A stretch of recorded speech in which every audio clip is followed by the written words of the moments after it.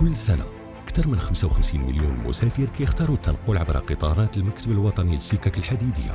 واليوم الشبكة السككية في المغرب غادي تعرف تحول كبير كيرافق بلادنا في طموحاتها الاقتصادية والاجتماعية.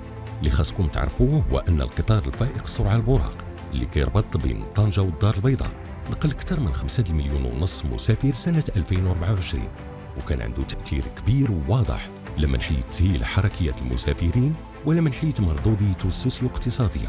واليوم البراق غادي يكمل المسار ديالو نحو مراكش ويفتح المسار نحو الجنوب بطول إجمالي كيبلغ 430 كيلومتر. الخط الجديد اللي غادي ينطلق من قنيطرة غادي يمر عبر سلا ويعبر وادي أبي رقراق قبل الدخول في نفق بطول 3 كيلومتر تحت العاصمة حتى يوصل لمحطة الرباط أكدال، وبعد ذلك غادي يكمل المسار ديالو حتى المدينة الدار البيضاء مرورا عبر محطاتها الكبرى ومطار محمد الخامس، ومن هناك إلى مدينة مراكش. الخط الجديد غادي يمكن على مستوى مدينة الدار البيضاء من إتاحة الربط بالمدرج الجديد لمطار محمد الخامس قبل المواصلة نحو مراكش، وكذلك توفير رحلات مباشرة من الدار البيضاء لمراكش بدون توقف. وأيضا خط القطار الفائق السرعة قنيطرة مراكش غادي يمر عبر مطارات الرباط سلام والدار البيضاء، وأيضا ملعب مولاي عبد الله بالرباط، وملعب الحسن الثاني الكبير بالدار البيضاء، والملعب الكبير بمراكش. وفي أفق 2029 الخط الجديد غادي يخلي المدن الكبرى قريبة بزاف، بحيث غادي تصبح المسافة بين طنجة والرباط ساعة واحدة، طنجة مراكش 2 دقيقة، الرباط مطار محمد الخامس 35 دقيقة، مراكش مطار محمد الخامس 55 دقيقة، الرباط مراكش ساعة و35 دقيقة، مراكش فاس 3 ساعات و45 دقيقة. وفي نفس الوقت غادي يتم إطلاق خدمات قطارات القرب على الخط العادي بكل من مدن الدار البيضاء، الرباط ومراكش. قطارات القرب ديال مدينة الرباط غادي تربط 12 محطة كيف ما هو موضح في الخريطة، كما أنها غتربط قنيطرة بمدينة الصخيرات. بالنسبة لقطارات القرب ديال الدار البيضاء غادي تربط محطة البراق ديال ملعب الحسن الثاني مع مطار محمد الخامس، وغادي تمر من المحطات الكبرى في العاصمة الاقتصادية وتربط 18 محطة كيف ما هو موضح في الخريطة.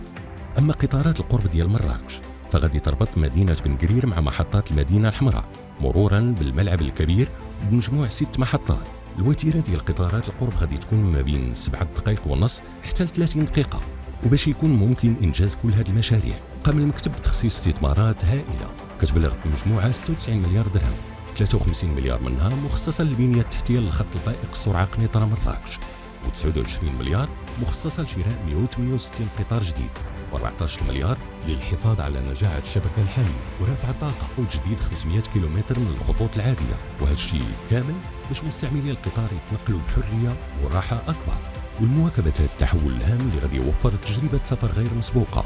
أشغال كبيرة بدات فعليا على الشبكة السككية الوطنية كاملة، ومن بينها إنشاء 430 كيلومتر ديال الخطوط الفائقة السرعة الجديدة كتشتمل على ما مجموعه 27 كيلومتر من الجسور ونفق بطول 3 كيلومتر و15 كيلومتر من الخنادق المغطاة ب 300 قنطرة، بالإضافة لإنشاء 6 محطات كبيرة و24 محطة جديدة لقطارات القرب، وأيضا إعادة تهيئة 20 محطة أخرى.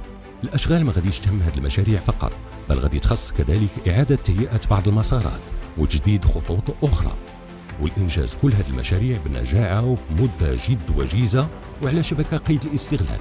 ضروري ما غادي تأثر هذه الأشغال على وتيرة رحلات القطارات ابتداء من شتنبر 2025، وبالتالي مدة السفر غادي تتغير بسبب الخفض البسيط في سرعة القطارات على النقط المعنية بالأشغال لغرض إتمام هذه الأوراش الكبرى. التأثيرات غادي تم عدد من الوجهات والخطوط، وخاصة بالنسبة للقطارات المكوكية السريعة اللي كتربط الدار البيضاء بالرباط وقنيطرة والدار البيضاء بمطار محمد الخامس،